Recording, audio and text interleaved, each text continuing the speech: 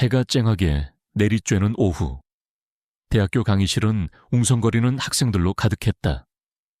현대 사회와 교육이라는 교양 과목 강의는 늘 그렇듯 지루했지만 오늘은 김명호 교수의 마지막 강의이자 과제 발표가 있는 날이라 학생들의 긴장감은 역력했다. 김명호 교수는 이 대학에서 가장 오만하고 자기중심적인 인물로 정평이 나 있었다. 그는 자신의 학문적 성과를 과시하기 좋아했고 조금이라도 자신의 기준에 미치지 못하는 학생들에게는 가차없이 모욕적인 말을 퍼부었다. 그의 강의실은 늘 냉랭한 분위기였다. 강의실 맨 뒤편에 앉아있던 윤준혁은 그 분위기 속에서도 묵묵히 자신의 노트를 정리하고 있었다. 그는 평범한 안경과 단정한 옷차림, 그리고 늘 조용한 태도로 인해 다른 학생들 사이에서 좀처럼 눈에 띄지 않았다. 그는 학기 내내 수업에 빠짐없이 참석했고 과제 또한 성실하게 제출했지만 결코 나서거나 자신의 의견을 적극적으로 피력하는 법이 없었다. 그의 존재감은 마치 공기처럼 희미했다. 하지만 그의 조용한 눈빛 속에는 날카로운 통찰력과 남다른 사유의 깊이가 숨겨져 있었다. 그는 의도적으로 자신을 드러내지 않았다. 세상의 시선에서 벗어나 조용히 자신만의 길을 걷고 싶었기 때문이었다. 자, 이제 과제 발표를 시작하겠습니다. 각자 제출한 과제를 다시 한번 확인해 보세요.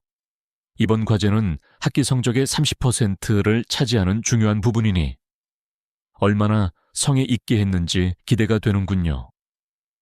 김명호 교수가 차가운 눈빛으로 학생들을 훑어보며 말했다. 그의 목소리에는 권위적인 냄새가 물씬 풍겼다. 이내 김 교수는 학생들 사이를 오가며 제출된 과제들을 훑어보기 시작했다. 그의 표정은 점점 더 불만족스럽게 변해갔다. 그는 한숨을 쉬거나 혀를 차는 소리를 내며 학생들의 과제에 대한 노골적인 불만을 표현했다. 학생들은 잔뜩 긴장한 채 김 교수의 눈치를 살폈다. 그의 손이 멈춘 곳은 윤준혁의 과제였다. 김 교수는 준혁의 과제를 집어들고는 대충 훑어보았다. 그의 얼굴에는 경멸감이 역력했다. 그는 과제를 들고 강의실 중앙으로 걸어 나갔다. 모든 학생들의 시선이 그에게 집중되었다. 준혁은 김 교수의 차가운 시선과 마주쳤지만 아무런 표정 변화 없이 묵묵히 그를 응시했다. 이런 멍청이는 처음 봐 김 교수는 준혁의 과제를 모든 학생들 앞에서 높이 치켜들며 소리쳤다. 그의 목소리는 강의실을 쩌렁쩌렁 울렸다. 이게 과제라고 제출한 겁니까? 내용도 엉망이고 논리도 없고 도대체 뭘 생각하고 쓴 겁니까? 이건 그냥 쓰레기야. 김 교수는 한치의 망설임도 없이 준혁의 과제를 두 손으로 잡고 찢어버렸다. 종이가 찢어지는 소리는 강의실의 정적을 갈랐다. 찢어진 과제물 조각들이 허공에 흩날리더니 이내 차가운 바닥에 나뒹굴었다. 학생들은 충격에 빠져 술렁거렸다. 일부 학생들은 준혁을 안쓰럽게 바라보았지만 아무도 감히 나서서 김 교수의 행동을 비난하지 못했다. 그의 권위는 너무나 막강했기 때문이었다. 준혁은 찢어진 과제물 조각들을 응시했다. 그의 얼굴에는 여전히 아무런 감정도 드러나지 않았다. 그는 천천히 자리에서 일어나 찢어진 종이 조각들을 줍기 시작했다. 그의 손길은 마치 깨진 거울 조각을 줍는 듯 조심스러웠다. 그의 등 뒤에서는 김 교수의 비웃음이 들려왔다. 주워서 뭐하게 이미 쓰레기가 된 걸 뭘 또 줍고 있어. 그렇게 멍청한 머리로는 아무것도 할 수 없어. 당장 내 강의에서 나가 내 수업을 더럽히지 마. 김 교수는 준혁을 향해 소리쳤다. 그의 목소리에는 분노와 함께 지독한 경멸감이 서려 있었다. 준혁은 아무런 말도 하지 않고 찢어진 과제물 조각들을 모두 주워 들었다. 그는 조용히 허리를 펴고 김 교수를 똑바로 바라보았다. 그의 눈빛은 고요했지만 그 안에는 설명할 수 없는 깊은 감정이 스쳐 지나갔다. 그것은 단순히 모욕감이나 분노를 넘어선 어떤 강렬한 결의 같은 것이었다. 그는 김 교수의 시선을 피하지 않고 묵묵히 강의실을 나섰다. 강의실 문이 닫히자 김 교수는 마치 아무 일도 없었다는 듯 다시 강의를 시작했다. 그러나 학생들의 마음속에는 방금 일어난 충격적인 장면이 깊이 각인되었다. 특히 준혁의 침착하고 절제된 태도는 그들에게 깊은 인상을 남겼다. 준혁은 강의실을 나와 학교 복도를 조용히 걸었다. 그의 손에 들린 찢어진 과제물 조각들은 그의 마음속에 깊은 상처와 함께 거대한 불씨를 지폈다. 그는 평생을 숨겨왔던 자신의 존재를 드러내고 싶지 않았지만 김 교수의 오만함과 부당함은 그의 인내심을 한계까지 시험했다. 윤준혁은 사실 대한민국 교육부 장관 윤성철의 숨겨진 아들이었다. 윤 장관은 정치적인 이유로 아들의 존재를 외부에 알리지 않았다. 준혁 또한 아버지의 명성에 기대지 않고 자신의 힘으로 살아가고자 했다. 하지만 오늘 김 교수가 그에게 가한 모욕은 단순한 학점 문제 이상이었다. 그것은 그의 자존심을 짓밟고 그가 지켜온 평범한 삶을 송두리째 흔드는 행위였다. 준혁은 찢어진 과제물을 주머니에 조심스럽게 넣었다. 그의 얼굴은 여전히 평온했지만 그의 눈빛은 이전보다 훨씬 날카롭고 차가워져 있었다. 그는 김명호 교수의 오만함이 그에게 어떤 대가를 치르게 할지, 그리고 자신이 밟고 있는 위태로운 길의 끝이 어디인지 꿈에도 알지 못했다. 준혁의 침묵은 폭풍 전의 고요함과 같았다. 찢어진 과제물 조각들이 윤준혁의 주머니 속에서 바스락거렸다. 그의 발걸음은 묵묵하고 조용했지만 그의 내면에서는 거대한 파도가 일렁이고 있었다. 김명호 교수의 공개적인 모욕은 준혁의 자존심에 깊은 상처를 남겼고 그 상처는 분노와 함께 무언가를 결심하게 만드는 불씨가 되었다. 그는 평생을 그림자처럼 살아왔고 아버지의 명성에 기대지 않기 위해 스스로를 숨겨왔다. 하지만 김 교수의 오만함은 준혁이 지켜온 평온한 가면을 벗겨내기에 충분했다. 준혁은 캠퍼스 벤치에 앉아 주머니에서 찢어진 과제물을 꺼냈다. 종이 조각들은 김 교수의 경멸적인 손길을 그대로 보여주는 듯 했다. 그는 찢어진 종이들을 하나하나 조심스럽게 맞춰보았다. 그의 과제는 겉보기에는 평범했지만 그 안에는 김 교수의 학설에 대한 미묘한 반론과 새로운 관점이 담겨 있었다. 김 교수는 자신의 권위에 대한 도전으로 받아들였을 것이 분명했다. 준혁의 아버지는 대한민국 교육부 장관 윤성철이었다. 윤 장관은 엄격하고 청렴한 정치인이었지만 동시에 냉철하고 계산적인 면모도 가지고 있었다. 그는 아들의 존재가 자신의 정치 생명에 불리하게 작용할 것을 우려하여 준혁을 세상의 시선으로부터 철저히 숨겨왔다. 준혁 또한 아버지의 뜻을 존중하여 평범한 학생으로 살아가려 노력했다. 그는 아버지에게 자신의 재능과 뛰어난 통찰력을 숨기고 스스로를 멍청한 학생으로 위장하는 데 익숙해져 있었다. 하지만 김 교수의 모욕은 준혁의 내면에 잠재된 강한 의지를 일깨웠다. 그는 더 이상 침묵하지 않기로 결심했다. 단순히 김 교수에게 복수하겠다는 감정적인 분노를 넘어 김 교수의 위선과 부패를 세상에 드러내겠다는 강한 사명감이 그의 마음을 지배했다. 그는 김명호 교수에 대한 조사를 은밀하게 시작하기로 결심했다. 그의 목표는 단순히 김 교수를 해치는 것이 아니라 그의 가면을 벗겨내고 그가 저지른 모든 부정을 만천에 드러내는 것이었다. 준혁은 자신이 가진 특별한 능력을 발휘하기 시작했다. 그는 뛰어난 기억력과 관찰력을 바탕으로 김 교수의 모든 언행을 분석했다. 수업 중 김 교수의 사소한 습관, 그가 사용하는 어휘, 다른 학생들에게 보이는 태도 등 모든 것이 준혁의 머릿속에 데이터처럼 저장되었다. 그는 또한 교내 네트워크를 통해 김 교수에 대한 정보를 수집하기 시작했다. 학생 커뮤니티, 교직원 게시판, 그리고 김 교수의 과거 논문과 연구 실적까지 가장 먼저 준혁의 눈에 띈 것은 김 교수의 연구실 조교였다. 이수민이라는 이름의 조교는 늘 김 교수의 지시에 시달리며 힘들어 보였다. 그녀는 김 교수의 온갖 허들의 시를 도맡아 했고 때로는 비인간적인 대우까지 받았다. 준혁은 수민에게 접근하여 조심스럽게 대화를 시작했다. 그는 수민의 고통에 공감하며 신뢰를 쌓아갔다. 수민은 처음에는 경계심을 보였지만 준혁의 진심 어린 태도에 점차 마음을 열기 시작했다. 교수님은 겉으로는 완벽해 보이지만 사실은 그렇지 않아요. 수민이 조심스럽게 말했다. 그녀의 목소리는 떨리고 있었다. 연구비도 투명하게 쓰지 않고 다른 교수님들의 아이디어를 가로채거나 심지어는 제 논문을 자기 것처럼 쓰려고도 했어요.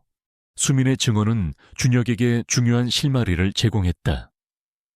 준혁은 수민에게서 김 교수의 연구비 사용 내역, 과거 논문 표절 의혹, 그리고 제자들의 연구 성과를 가로챈 정황 등에 대한 구체적인 정보들을 얻었다.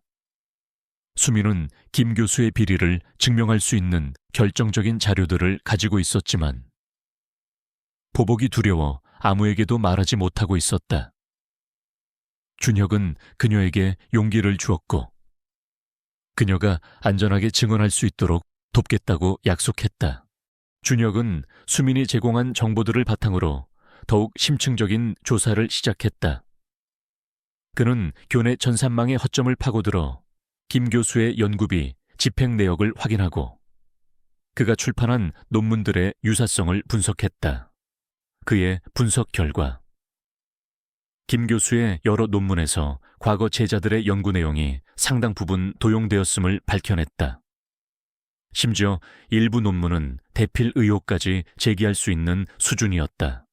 준혁은 자신이 모아온 증거들을 철저하게 기록하고 분류했다. 그는 모든 정보를 디지털 파일로 변환하여 안전하게 보관했고 만일의 사태에 대비해 여러 곳에 백업해 두었다. 그의 움직임은 마치 숙련된 정보 요원처럼 치밀하고 은밀했다. 김명호 교수는 자신이 한낱 멍청한 학생에게 감시당하고 있다는 사실을 꿈에도 알지 못했다. 그는 여전히 자신의 권력이 영원할 것이라고 믿어 의심치 않았다. 어느 날 저녁, 준혁은 우연히 김 교수가 외부 인물과 은밀하게 통화하는 것을 목격했다. 김 교수는 평소와 달리 낮은 목소리로 무언가를 거래하는 듯한 뉘앙스의 대화를 나누고 있었다. 준혁은 직감적으로 이 통화가 단순한 학회 관련 대화가 아님을 느꼈다. 그는 김 교수의 수상한 행적을 추적하기 시작했고 그가 대학 외부에 있는 특정 교육 관련 재단과 부적절한 관계를 맺고 있다는 사실을 알게 되었다. 이 재단은 과거부터 입시 비리나 사학 비리에 연루되었다는 소문이 끊이지 않던 곳이었다. 준혁은 김 교수의 비리가 단순히 개인적인 일탈을 넘어 더 큰 비리 집단과 연결되어 있음을 직감했다. 그의 조사는 이제 단순한 복수를 넘어 학계 전체의 부패를 파헤치는 거대한 싸움으로 확장되기 시작했다. 그의 조용한 눈빛 속에는 정의를 향한 불굴의 의지가 이글거리고 있었다. 김 교수는 자신이 건드린 멍청한 학생이 사실은 자신을 파멸로 이끌 거대한 폭풍의 눈이라는 것을 전혀 알지 못했다. 김명호 교수는 자신이 쌓아온 명성과 권위가 영원할 것이라고 굳게 믿었다. 그는 자신이 한낱 멍청한 학생으로 치부했던 윤준혁이 자신을 향해 조용하고 치밀한 칼날을 들이밀고 있다는 사실을 꿈에도 알지 못했다. 오히려 그는 준혁이 자신에게 감히 대항하지 못할 것이라고 확신하며 자신의 위선적인 학자 생활을 계속해 나갔다. 그의 학문적 성과는 화려한 포장지에 불과했으며 그 속은 썩어가는 부패로 가득 차 있었다. 준혁은 김 교수의 모든 움직임을 주시했다. 그는 마치 그림자처럼 김 교수의 일상을 추적하며 그의 위선적인 가면 뒤에 숨겨진 추악한 진실들을 하나하나 기록해 나갔다. 그는 김 교수의 연구실 조교 이수민으로부터 얻은 정보들을 바탕으로 김 교수의 비리 네트워크를 파헤치는 데 집중했다. 수민은 준혁에게 김 교수가 과거에도 여러 차례 연구비 횡령과 논문 표절 의혹에 휩싸였지만 번번이 교내 고위 관계자들의 비호 아래 무마되었다고 털어놓았다. 김 교수는 대학 내 강력한 인맥을 구축하고 있었고 특히 부총장과의 친분이 두터워 그의 비리가 쉽게 드러나지 않았다. 수민은 김 교수의 지시로 연구비 서류를 조작하거나 다른 제자들의 연구 성과를 김 교수 이름으로 발표하는데 가담해야 했다고 고백하며 괴로워했다. 그녀는 준혁에게 김 교수의 비리를 증명할 결정적인 증거인 연구비, 장부 사본과 논문 초고 파일을 몰래 넘겨주었다. 이것들은 교수님이 저지른 모든 부정을 증명할 수 있을 거예요. 하지만 저도 위험해질 수 있어요. 수민의 목소리는 불안으로 떨렸다. 준혁은 그녀의 손을 잡고 조용히 말했다. 걱정 마세요. 제가 모든 것을 책임지고 당신이 안전할 수 있도록 돕겠습니다. 교수님의 비리를 밝히는 것은 당신만의 싸움이 아닙니다. 수민이 넘겨준 자료는 준혁의 조사에 엄청난 힘을 실어주었다. 준혁은 김 교수의 연구비 장부를 분석하여 수억 원에 달하는 횡령 사실을 밝혀냈다. 그는 또한 김 교수의 논문 초고 파일과 과거 제자들의 논문들을 비교 분석하여 김 교수가 제자들의 아이디어와 연구 결과를 자신의 논문에 무단으로 도용했음을 입증할 수 있는 명확한 증거들을 확보했다. 이 논문들은 김 교수를 학계의 권위자로 만들어 주었지만 그 속에는 제자들의 피와 땀이 감춰져 있었던 것이다. 준혁은 자신이 모은 증거들을 디지털 파일로 변환하여 암호화된 클라우드 서버에 안전하게 보관했다. 그는 만일의 사태에 대비해 여러 곳에 백업해 두었고 자신의 신분이 노출되지 않도록 철저하게 보안을 유지했다. 그는 자신의 아버지인 교육부 장관에게조차 이 사실을 알리지 않았다. 그는 오직 자신의 힘으로 김 교수의 위선을 파헤치고 싶었다. 김 교수는 준혁이 자신을 조사하고 있다는 사실을 전혀 알지 못한 채 자신의 권력을 과시하며 더욱 오만하게 행동했다. 그는 수업 시간에 준혁을 공개적으로 비난하거나 다른 학생들에게 준혁과 어울리지 말 것을 종용했다. 그는 준혁을 철저히 고립시키려 했고 준혁은 그들의 시선을 피하며 묵묵히 자신의 할 일을 해나갔다. 그의 침묵은 김 교수에게는 준혁이 자신의 권위에 굴복한 것처럼 보이게 만들었다. 어느 날 저녁, 준혁은 우연히 김 교수가 외부 인물과 은밀하게 만나는 현장을 목격했다. 김 교수는 한 유명 입시학원의 원장과 고급 레스토랑에서 식사를 하고 있었다. 그들의 대화는 매우 은밀하게 진행되었고 준혁은 그들이 특정 학생의 입학과 관련된 이야기를 나누는 것을 어렴풋이 들었다. 김 교수는 그 학원으로부터 거액의 뒷돈을 받고 특정 학생들을 자신의 대학에 부정 입학시키는데 개입하고 있었던 것이다. 이 학원 원장은 과거에도 여러 차례 입시 비리로 구설수에 올랐던 인물이었다. 준혁은 이 사실을 알게 되자 큰 충격을 받았다. 김 교수의 비리가 단순히 연구비 횡령이나 논문 표절 수준을 넘어 대한민국의 교육 시스템을 뿌리째 흔드는 입시 비리까지 연루되어 있다는 사실에 그는 분노를 금치 못했다. 그의 조사는 이제 개인적인 복수를 넘어 학계 전체의 부패를 척결하고 사회 정의를 실현하는 거대한 싸움으로 확장되었다. 준혁은 김 교수의 휴대전화 기록과 이메일 내역을 해킹하여 입시 비리와 관련된 결정적인 증거들을 확보했다. 그는 김 교수가 학원 원장과 주고받은 은밀한 메시지, 입학 청탁 리스트, 그리고 오고 간 검은 돈의 흐름을 파악해냈다. 이 모든 증거들은 김 교수가 단순한 교수가 아니라 학원과 결탁하여 학생들의 꿈을 짓밟는 거대한 비리 네트워크의 핵심 인물임을 보여주었다. 준혁은 자신이 모아온 모든 증거들을 다시 한번 꼼꼼하게 검토했다. 그의 손에는 김명호 교수를 완전히 무너뜨릴 수 있는 충분한 무기들이 들려 있었다. 그의 얼굴은 여전히 평온했지만 그의 눈빛은 정의를 향한 불굴의 의지로 이글거리고 있었다. 그는 이제 자신이 나서야 할 때가 왔음을 직감했다. 김명호 교수는 자신이 멍청하다고 조롱했던 학생의 손에 의해 자신의 모든 위선적인 삶이 파멸할 것이라는 사실을 꿈에도 알지 못했다. 폭풍은 이제 막 시작되려 하고 있었다. 김명호 교수는 자신이 구축한 학문적 성과와 사회적 명성이 견고한 성과 같다고 믿었다.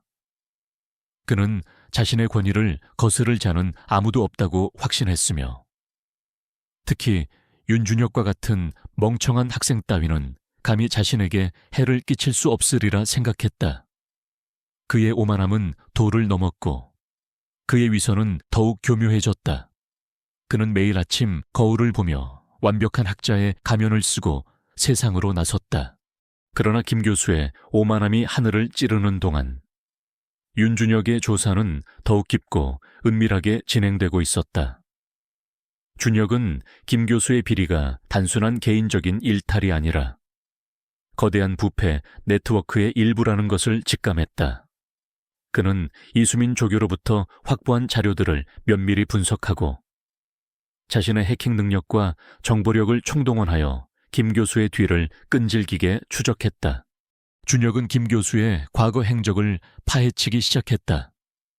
그는 김 교수가 과거 재직했던 대학과 연구기관에서의 자료들을 수집하고 그곳에서 김 교수와 함께 일했던 사람들과의 접촉을 시도했다. 그 결과 김 교수가 지금의 대학으로 오기 전에도 비슷한 방식으로 연구비를 횡령하고 논문을 표절하여 문제를 일으켰다는 사실을 알아냈다. 하지만 그때마다 그는 교묘하게 법망을 빠져나가거나 강력한 배경을 가진 인물들의 도움을 받아 위기를 모면했다. 특히 준혁의 이목을 끈 것은 김 교수가 대학 내에서 구축한 인맥이었다. 그는 학내 고위직 인사들과 끈끈한 유대관계를 맺고 있었고 그 중에서도 부총장 박성진과의 관계는 유독 각별했다. 박 부총장은 김 교수의 학위 심사 과정에 깊이 관여했으며 김 교수가 과거 저질렀던 비리 의혹들을 덮어주는데 결정적인 역할을 했다는 소문이 파다했다. 준혁은 박 부총장과 김 교수가 정기적으로 비밀스러운 모임을 가졌으며 그 모임에서 불법적인 거래가 오갔을 가능성이 높다고 판단했다. 준혁은 김 교수와 박 부총장의 통화 기록과 이메일 내역을 분석하여 그들의 은밀한 관계를 파악했다. 그들은 특정 기업으로부터 거액의 후원금을 받고 대학 연구 프로젝트를 몰아주거나 자신들의 친인척 자녀들을 부정 입학시키는데 공모했다는 정황이 드러났다. 심지어 그들은 교수 임용 과정에도 개입하여 자신들의 이익에 부합하는 인물들을 심어놓고 있었다. 이 모든 것은 김 교수 개인의 비리를 넘어 대학 전체를 좀먹는 거대한 비리 시스템의 일부였다. 이 과정에서 준혁은 김 교수가 단순히 돈을 탐하는 것을 넘어 권력 자체를 숭배하는 인물임을 깨달았다. 그는 자신의 학문적 명성과 지위를 이용하여 더 큰 권력을 손에 넣으려 했고 이를 위해 온갖 불법적인 행위를 서슴지 않았다. 그의 오만함은 단순히 학생들을 모욕하는 데 그치지 않고 교육 시스템 자체를 농락하는 수준에 이르렀다. 준혁은 자신이 모아온 모든 증거들을 철저하게 정리했다. 연구비 횡령 내역, 논문 표절 증거, 입시 비리 관련 통화 녹취록, 박 부총장과의 공모 정황, 그리고 그들이 주고받은 불법적인 자금 흐름까지 모든 증거들은 디지털 파일과 문서 형태로 완벽하게 정리되었고 여러 곳에 안전하게 백업되었다. 그는 자신의 노트북, 외장 하드, 그리고 클라우드 서버에 각각 4본을 보관하며 만일의 사태에 대비했다. 그의 손에 들린 자료들은 김명호 교수의 인생을 송두리째 뒤흔들 폭발력을 지니고 있었다. 한편 김 교수는 준혁의 조용한 행동을 자신의 권위에 대한 굴복으로 착각했다. 그는 준혁이 자신에게 감히 대항할 엄두도 내지 못한다고 생각하며 오히려 준혁을 더욱 압박하기 시작했다. 그는 준혁의 학과 교수들에게 은밀히 연락하여 준혁에게 낮은 학점을 주도록 종용하거나 심지어 준혁을 학교에서 제명시킬 구실을 찾으려 했다. 김 교수의 목적은 준혁을 완전히 학계에서 매장시키는 것이었다. 그 멍청한 놈이 내 과제를 찢어버린 것에 대한 대가를 치르게 해줄 거야. 감히 나를 건드려 김 교수는 자신의 연구실에서 동료 교수에게 비열하게 말했다. 동료 교수는 불편한 표정을 지었지만 김 교수의 권력 앞에 아무런 말도 할 수 없었다. 하지만 김 교수의 이런 시도는 준혁에게는 오히려 그의 오만함을 더욱 확신시켜주는 계기가 되었다. 준혁은 김 교수가 자신을 공격할 것이라는 것을 이미 예측하고 있었다. 그는 김 교수가 자신을 제명시키려는 움직임을 포착하고 그 모든 것을 증거로 기록했다. 이제 모든 준비는 끝났다. 준혁은 자신이 모아온 증거들을 어떻게 활용할지에 대한 치밀한 전략을 세웠다. 그는 김 교수의 비리가 최대한 투명하게 드러나도록, 그리고 김 교수가 어떠한 변명도 할 수 없도록 가장 효과적인 방법을 모색했다. 그는 언론을 통해 진실을 폭로하는 것이 가장 강력한 방법이라고 판단했다. 언론은 여론을 움직이는 가장 큰 힘을 가지고 있었고, 김 교수의 비리가 세상에 드러나는 순간 그 누구도 그를 비호할 수 없을 것이기 때문이었다. 김명호 교수는 여전히 자신의 권좌에서 오만하게 웃고 있었다. 그는 자신이 멍청하다고 조롱했던 학생이 사실은 자신을 파멸로 이끌 거대한 칼날을 갈고 있었다는 사실을 꿈에도 알지 못했다. 폭풍은 이제 김 교수의 코앞까지 다가왔고 그 폭풍의 눈은 바로 윤준혁이었다.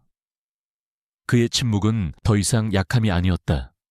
그것은 거대한 방역의 서막이었다. 김명호 교수의 오만함은 도를 넘어섰다.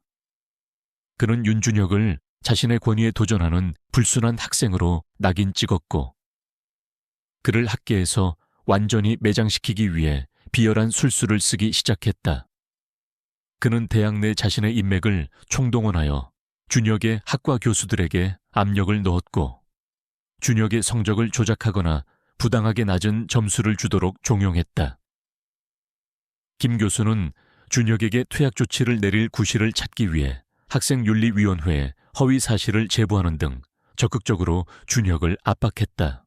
그 멍청한 놈 때문에 내 명성에 먹칠을 할 수는 없지. 이번 기회에 아예 학교에서 쫓아내 버릴 거야. 김 교수는 자신의 연구실에서 교내 핵심 인사 중 한 명인 최 이사와 통화하며 비열하게 웃었다. 최 이사는 김 교수의 비리를 알고 있었지만 자신 또한 그 비리에 연루되어 있었기에 김 교수를 적극적으로 비호했다. 그러나 김 교수의 이런 시도들은 모두 준혁의 예상 범위 안에 있었다. 준혁은 이미 김 교수가 자신을 공격할 것이라는 것을 예측하고 있었다. 그는 김 교수의 모든 움직임을 역이용하여 자신의 계획을 실행에 옮기기로 결심했다. 그의 손에는 김 교수를 파멸시킬 강력한 증거들이 쥐어져 있었고 이제 그 증거들을 세상에 드러낼 때가 왔음을 직감했다. 준혁은 자신이 수집한 모든 자료들을 언론에 제보하기로 결정했다. 그는 익명으로 여러 유력 언론사의 탐사 보도팀과 접촉하여 김명호 교수의 비리 증거들을 전달했다.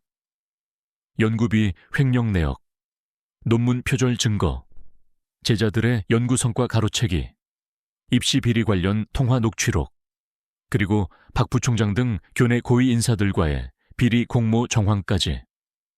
모든 자료는 압도적이고 명백했다. 처음에는 대학 교수 한 개인의 비리 정도로 치부하려던 언론사들도 준혁이 제공한 자료의 양과 질에 경악했다. 특히 교육부 장관 윤성철의 아들이 해당 대학의 학생이라는 사실을 알게 되자 사건의 파급력은 상상할 수 없을 정도로 커질 것이라는 것을 직감했다. 언론사들은 준혁의 익명성을 철저히 보장한 채 김명호 교수의 비리 의혹에 대한 심층 취재에 들어갔다. 며칠 후 대한민국을 뒤흔들 충격적인 뉴스가 보도되었다. 명문대 김명호 교수, 수억 원대 연구비 횡령 및 논문 표절 의혹, 교수의 탈을 쓴 비리 백화점, 입시 비리, 제자 논문 가로채기까지 등 헤드라인이 전국을 들썩이게 했다. 뉴스 화면에는 김 교수가 연구비를 횡령한 구체적인 내역과 그의 논문에서 표절된 부분이 명확하게 제시되었다. 그의 위선적인 학자 생활이 만천에 드러나는 순간이었다. 뉴스는 김 교수의 비리뿐만 아니라 그와 연루된 교내 고위 인사들, 특히 박 부총장의 이름까지 거론하며 대학 전체의 비리 시스템에 대한 의혹을 제기했다. 언론은 대학의 권위와 윤리를 짓밟은 학자의 추악한 민낯이라며 김 교수를 맹렬히 비난했고 교육계는 큰 충격에 빠졌다. 이 소식을 접한 교육부 장관 윤성철은 자신의 집무실에서 뉴스를 보고 경악했다. 그는 김명호 교수의 비리도 충격적이었지만 그보다 더 놀란 것은 이 모든 정보를 제보한 익명의 제보자가 자신의 아들 윤준혁이라는 것을 직감했기 때문이었다. 준혁이 평소 보여왔던 날카로운 통찰력과 치밀함, 그리고 자신의 존재를 숨기기 위해 노력했던 그 모습이 떠올랐다. 그는 아들이 이렇게까지 거대한 싸움을 혼자서 준비해왔다는 사실에 자부심과 함께 미안함을 느꼈다. 윤 장관은 즉시 교육부 산하 특별감사팀을 꾸려 해당 대학에 대한 전면적인 감사를 지시했다. 그는 아들의 존재를 공식적으로 밝히지 않은 채 오직 법과 원칙에 따라 철저하게 진실을 규명할 것을 지시했다. 그의 지시는 매우 단호했고 어떤 외압에도 흔들리지 않을 것임을 분명히 했다. 한편 김명호 교수는 언론 보도와 교육부 감사가 시작되자 완전히 궁지에 몰렸다. 그는 자신의 연구실에서 노트북을 부수고 서류들을 찢으며 발악했다. 그는 언론이 허위 사실을 유포하고 있다며 맹렬히 비난했지만 이미 공개된 증거들은 너무나도 명백했다. 그는 자신의 모든 권력과 인맥을 동원하여 이 사태를 무마하려 했지만 그의 비리가 너무나 광범위하고 충격적이었기에 누구도 그를 쉽사리 비호하지 못했다. 초회 이사 또한 김 교수를 외면하며 발을 뺐다. 경찰과 검찰 또한 김 교수에 대한 내사에 착수했다. 그들은 언론 보도를 토대로 김 교수의 연구실과 자택을 압수수색했고 관련된 모든 증거들을 확보하기 시작했다. 김 교수는 모든 혐의를 부인하며 저항했지만 그가 수년간 쌓아온 비리의 탑은 이제 허물어질 위기에 처했다. 준혁은 자신의 자취방에서 노트북을 통해 모든 상황을 지켜보고 있었다. 그의 얼굴에는 어떤 희열도 복수심도 없었다. 다만 정의가 실현되는 과정에 대한 깊은 만족감만이 감돌았다. 그는 자신이 던진 작은 돌멩이가 거대한 파동을 일으켜 썩어빠진 교육계의 한 부분을 정화하고 있음을 느꼈다. 그의 침묵 속에서 시작된 싸움은 이제 김명호 교수의 오만함을 집어삼킬 거대한 쓰나미가 되어 그를 향해 돌진하고 있었다. 김명호 교수는 자신이 멍청하다고 조롱했던 학생의 손에 의해 자신의 모든 위선적인 삶이 파멸할 것이라는 사실을 비로소 깨닫기 시작했다. 그의 몰락은 이제 피할 수 없는 현실이 되었다. 김명호 교수의 몰락은 이제 피할 수 없는 현실이 되었다. 언론의 맹공격과 교육부의 특별 감사, 그리고 경찰 및 검찰의 전방위적인 수사가 동시에 진행되면서 그가 수년간 쌓아온 위선적인 학자로서의 삶은 산산조각 나고 있었다. 그의 연구실은 압수수색으로 엉망이 되었고 그의 자택 또한 수사관들의 날카로운 눈빛 속에서 모든 비밀을 드러내야 했다. 그는 더 이상 자신의 권력과 인맥을 동원하여 이 사태를 무마할 수 없었다. 그를 비호했던 교내 고위 인사들도, 연루된 입시 학원 관계자들도 모두 자신들의 안위를 위해 김 교수를 외면하기 시작했다. 이 모든 건 조작된 거야. 나는 아무 죄도 없어. 저 빌어먹을 학생들이 나를 음해하는 거라고. 김 교수는 수사관들 앞에서 발악하며 소리쳤다. 그의 얼굴은 분노와 절망으로 일그러져 있었다. 한때 오만함으로 가득했던 그의 눈빛은 이제 초점 없는 광기로 변해 있었다. 그는 자신의 모든 비리가 명백한 증거들로 뒷받침되고 있다는 사실을 인정하려 하지 않았다. 그러나 증거들은 너무나 명백했다. 윤준혁이 치밀하게 수집한 자료들은 김 교수의 모든 혐의를 낱낱이 파헤쳤다. 연구비 횡령 내역, 논문 표절 증거, 제자들의 연구 성과 가로채기, 입시 비리 관련 통화 녹취록, 박 부총장과의 비리 공모 정황, 그리고 그들이 주고받은 불법적인 자금 흐름까지 모든 것이 완벽하게 정리되어 있었다. 며칠 후 김명호 교수는 결국 구속되었다. 그에게는 연구비 횡령, 배임, 논문 표절, 업무방해, 사문서 위조, 그리고 입시 비리 공모 등 수많은 혐의가 적용되었다. 구속영장이 발부되던 날, 김 교수는 수갑을 찬 채 언론의 카메라 플래시 세례를 받았다. 한때 대한민국 학계의 권위자로 불리던 그의 초라한 모습은 많은 사람들에게 충격을 주었다. 김 교수의 구속과 동시에 교육부의 특별 감사 결과가 발표되었다. 감사 결과, 해당 대학은 김 교수를 비롯한 일부 교수들과 고위 인사들이 연루된 광범위한 비리가 만연해 있었음이 밝혀졌다. 특히 입시 비리는 대학의 명예를 실추시키는 심각한 문제로 지적되었다. 교육부는 해당 대학에 대한 강력한 징계 조치를 예고했고 학계 전반에 대한 대대적인 개혁을 추진할 것임을 밝혔다. 이 모든 과정에서 교육부 장관 윤성철은 아들의 존재를 공식적으로 밝히지 않은 채 오직 법과 원칙에 따라 공정하게 사건을 처리했다. 그는 아들이 이 모든 비리를 밝혀낸 핵심 제보자라는 사실에 자부심을 느꼈지만 동시에 아들의 안전을 최우선으로 생각했다. 그는 아들의 존재가 사건에 대한 국민들의 오해를 불러일으킬까 염려했다.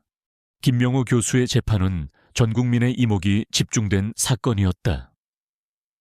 서울중앙지방법원에서는 김 교수의 첫 공판이 열렸다. 수많은 취재진과 시민들이 법정 안팎을 가득 메웠다. 검사는 준혁이 제공한 증거들을 토대로 김 교수의 혐의를 조목조목 설명했다. 재판의 하이라이트는 윤준혁의 증언이었다. 검찰은 익명의 제보자 신분을 보호하기 위해 처음에는 준혁의 증언을 배제하려 했지만 준혁은 자신이 직접 보고 겪은 일들을 증언하고 싶다고 자원했다. 그의 등장은 법정 안팎을 술렁이게 했다. 그는 평범한 옷차림에 침착한 표정으로 증언대에 섰다. 그의 얼굴에는 어떤 감정도 드러나지 않았지만 그의 눈빛은 고요하면서도 강렬한 빛을 띠고 있었다. 피고인 김명호 교수는 제가 제출한 과제를 모든 학생들 앞에서 찢어버리며 저를 멍청이라고 모욕했습니다. 하지만 그것은 단순한 모욕이 아니었습니다. 그것은 자신의 권위에 도전하는 자를 용납하지 않는 오만함의 발로이자 그가 저지른 모든 비리를 감추기 위한 위선적인 행동이었습니다. 준혁의 목소리는 나지막했지만 그 안에 담긴 힘은 법정의 모든 이들을 압도했다. 그는 김 교수가 연구비를 횡령하고 논문을 표절했으며 제자들의 연구 성과를 가로챘던 구체적인 상황들을 상세하게 증언했다. 이수민 조교가 제공했던 연구비, 장부 사본과 논문 초고 파일 등 모든 증거들이 법정에서 공개되었다. 또한 김 교수가 입시 학원과 결탁하여 학생들을 부정 입학시켰던 정황, 그리고 그가 부총장 박성진과 공모하여 대학 전체를 좀먹는 비리를 저질렀던 사실까지 준혁은 자신이 보고 들은 모든 것을 사실에 근거하여 명확하게 진술했다. 준혁의 증언은 김명호 교수에게는 충격 그 자체였다. 그는 자신의 얼굴이 하얗게 질린 채 준혁을 쳐다보았다. 자신이 멍청하다고 조롱했던 학생이 사실은 자신의 모든 죄를 낱낱이 파헤친 장본인이라는 사실에 김 교수는 전율했다. 그의 눈빛에는 경멸감 대신 깊은 공포와 절망이 서려 있었다. 그는 감히 상상조차 할 수 없었던 방역에 완전히 무릎을 꿇었다. 김 교수의 변호인들은 준혁의 증언이 개인적인 감정에 치우친 것이라고 반박하려 했지만 준혁이 제시한 구체적인 증거들과 그의 침착하고 논리적인 태도는 그 어떤 반박도 무의미하게 만들었다. 검사는 준혁의 증언을 토대로 최종 변론을 마쳤다. 그는 김명호 교수의 죄가 명백하며 그에게 엄중한 처벌을 내려야 한다고 주장했다. 김명호 교수의 재판은 수개월간 이어졌다. 수많은 증인들이 법정에 나와 김 교수의 비리를 증언했고 언론은 매일 새로운 사실들을 폭로했다. 결국 김 교수는 모든 혐의에 대해 유죄 판결을 받았다. 판결이 선고되던 날, 재판장은 엄숙한 분위기 속에서 김 교수에게 중형을 선고했다. 피고인 김명호는 연구비 횡령, 논문 표절, 업무방해, 입시비리 공모 등 모든 혐의가 인정되어 징역 7년과 벌금 30억 원에 처한다. 판결이 선고되자 법정은 술렁거렸다. 김 교수는 충격으로 쓰러졌고 그의 변호인들은 즉시 항소하겠다고 밝혔다. 그러나 그의 얼굴에는 이미 모든 것을 포기한 듯한 절망감이 역력했다. 한때 모든 것을 가졌던 김명호 교수는 이제 모든 것을 잃은 채 사회적으로 매장되었다. 그의 오만함은 결국 그 자신을 파멸로 이끌었다. 준혁은 판결을 듣고 조용히 법정을 나섰다. 그의 얼굴에는 어떤 희열도, 만족감도 없었다. 다만 깊은 안도감과 함께 자신이 가야 할 길에 대한 확신만이 남아 있었다. 찢어진 과제물 한 장으로 시작된 이 모든 사건은 오만함이 얼마나 큰 파멸을 가져오는지, 그리고 정의를 향한 끈질긴 노력이 얼마나 위대한 결과를 낳을 수 있는지를 보여주는 역사적인 사례로 남게 되었다. 그의 침묵은 이제 더 이상 약함이 아니었다. 그것은 진정한 강함의 상징이었다. 김명호 교수의 몰락은 학계에 엄청난 파장을 불러왔다. 그의 죄는 명백히 드러났고 법의 심판은 공정하게 이루어졌다. 이 사건은 단순히 한 교수의 비리 문제가 아니라 대한민국의 교육 시스템 전반에 만연해 있던 뿌리 깊은 부패와 위선을 세상에 고발하는 계기가 되었다. 언론은 연일 김 교수의 사건을 대서특필했고 국민들은 학계의 자정 능력을 촉구하며 교육개혁에 대한 목소리를 높였다. 교육부 장관 윤성철은 이번 사건을 계기로 교육개혁에 대한 강력한 의지를 표명했다. 그는 투명하고 공정한 학사관리 시스템 구축, 연구비 집행의 투명성 강화, 교수 임용 및 승진 과정의 공정성 확보 등 전방위적인 개혁을 추진했다. 윤 장관은 아들 준혁이 이 모든 비리를 밝혀낸 핵심 제보자라는 사실을 알고 있었지만 공과 사를 명확히 구분하여 사건 처리에 있어서 어떠한 특혜나 개입도 허용하지 않았다. 그의 강직함과 원칙주의적인 태도는 국민들의 신뢰를 얻었고 교육부 개혁에 대한 지지 여론을 더욱 확고히 했다. 재판이 끝난 후 윤준혁은 더 이상 자신을 숨기지 않았다. 그는 평범한 학생의 가면을 벗고 자신의 진정한 모습을 드러냈다. 그의 침묵은 사라졌지만 여전히 그의 언행은 절제되고 사려 깊었다.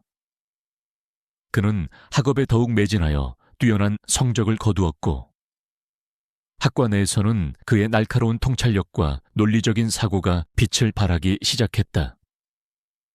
학생들은 그를 단순한 동료가 아닌 용기와 지혜를 겸비한 특별한 인물로 인식하기 시작했지만 준혁은 어떠한 특혜도 거부하고 다른 학생들과 똑같이 학업에 임했다. 그의 겸손함과 강직함은 많은 동료와 교수들의 존경을 받았다. 윤준혁의 존재가 대중에게 알려진 것은 김명호 교수의 항소심이 기각되고 최종 판결이 확정된 후였다. 언론은 김 교수의 비리를 파헤친 익명의 제보자가 다름 아닌 교육부 장관의 숨겨진 아들이라는 사실을 보도했다. 이 소식은 사회 전체에 큰 충격을 주었다. 사람들은 숨겨진 아들이라는 배경에도 불구하고 자신의 정의로운 신념을 굽히지 않고 거대한 비리에 맞서 싸운 윤준혁의 용기에 찬사를 보냈다. 윤석철 장관은 아들에 대한 언론의 관심이 뜨거워지자 기자회견을 자청하여 아들의 존재를 공식적으로 인정했다. 그는 아들이 겪어야 했던 어려움과 아픔에 대해 솔직하게 털어놓았고 아들이 보여준 용기와 정의로운 행동에 대해 자랑스러움을 표했다. 윤 장관은 준혁이는 저의 아들이기 이전에 우리 사회의 부조리에 맞서 싸운 용기 있는 시민입니다. 저는 아들의 선택을 존중하며 그가 보여준 정의로운 정신이 우리 사회에 긍정적인 영향을 미치기를 바랍니다. 라고 말했다. 아버지의 지지와 대중의 관심 속에서 윤준혁은 자신의 능력을 세상에 펼치기 시작했다. 그는 학업을 계속하며 사회 정의를 위한 활동에 적극적으로 참여했다. 그는 자신의 경험을 바탕으로 학계 비리 근절과 교육 시스템 개혁을 위한 강연을 하고 시민단체 활동에 기여했다. 그의 진정성 있는 행보는 많은 이들의 공감을 얻었고 그는 젊은 세대의 새로운 리더이자 사회 변화의 아이콘으로 주목받기 시작했다. 김명호 교수는 교도소에서 긴 수감 생활을 시작했다. 그의 오만함은 철저히 짓밟혔고 그의 삶은 이제 사회에서 완전히 매장되었다. 그는 철창 안에서 과거의 영광을 되뇌며 분노에 휩싸였지만 시간이 흐를수록 자신이 저지른 과오를 뼈저리게 반성하게 되었다. 그는 자신이 멍청하다고 조롱했던 윤준혁이라는 학생의 존재가 자신의 파멸을 가져왔음을 깨달았고 그 학생의 침묵 속에 숨겨진 진정한 힘과 지혜를 뒤늦게 인정하게 되었다. 윤석철 장관과 윤준혁 부자는 대한민국 교육계의 새로운 상징이 되었다. 윤 장관은 교육개혁을 성공적으로 이끌며 명실상부한 교육 최고 책임자로 추앙받았고 윤준혁은 학계를 넘어 사회 전체에 긍정적인 영향력을 행사하는 젊은 지도자로 성장했다. 그들의 이야기는 권력의 오만함과 정의의 승리, 그리고 숨겨진 진실의 위대함을 보여주는 살아있는 교훈이 되었다.